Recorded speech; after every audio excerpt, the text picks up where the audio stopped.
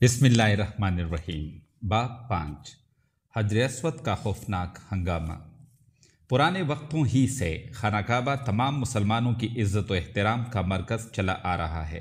مسلمانوں کے پہلے نبی اور خطہ زمین کے پہلے انسان حضرت آدم علیہ السلام نے سب سے پہلے اس کی تعمیر کی تھی۔ حضرت جبرائیل علیہ السلام ایک بڑا سیاہ پتھر حجر الاسود جنت سے اٹھا لائے تھے۔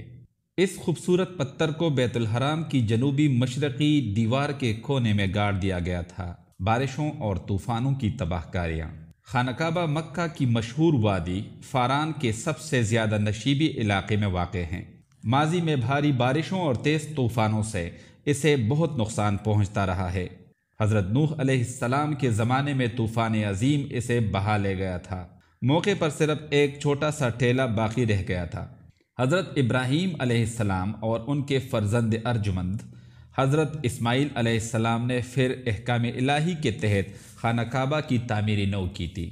605 عیسوی میں ایک بار پھر اس مقدس عمارت کو شدید طوفانوں نے سخت نقصان پہنچایا۔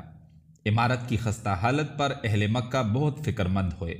آخر انہوں نے فیصلہ کیا کہ زیادہ بوسیدہ حصوں کو منہدم کر کے ساری عمارت ازسر نو تعمیر کی جائے۔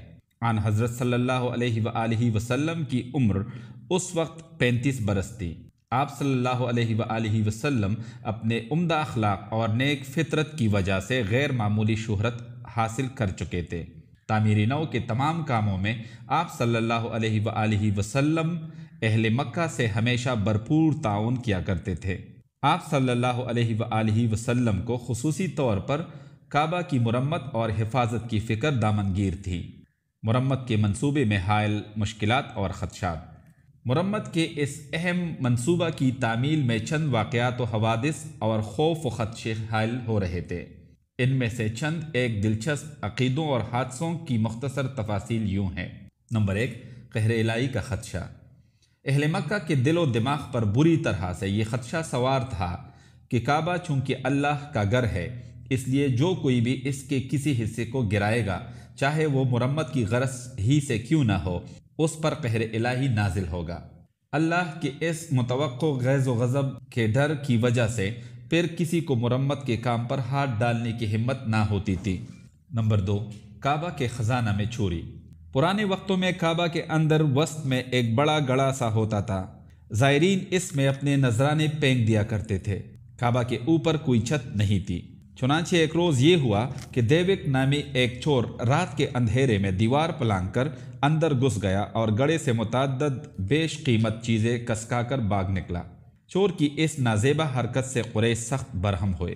کچھ عرصہ بعد چور پکڑا گیا، اس سے مسروقہ اشیاء برآمد ہو گئی تو سزا کے طور پر اس کے ہاتھ کاٹ دیے گئے۔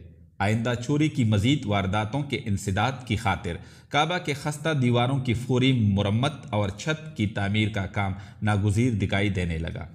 3، اژدہے کا خوف و دہشت۔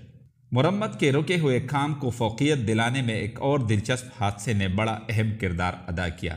ان دنوں کعبہ کے اندر والے گڑھے میں ایک بہت بڑا اژدہا بھی رہتا تھا۔ دن کے وقت وہ رینگتا ہوا اکثر باہر نکل آتا اور کعبے کی دیوار پر بیٹھ کر دھوپ سینکا کرتا تھا۔ تازہ ہوا اور سورج کی روشنی اسے کچھ زیادہ ہی مرغوب تھی۔ اگر کوئی منچلا اس کے نزدیک پھٹک جاتا تو وہ اپنا پن پھیلا کر خوفناک طریقے سے پنکارنے لگتا۔ ڈسنے کے لیے وہ بڑی پھرتی سے حملے بھی کر دیتا تھا۔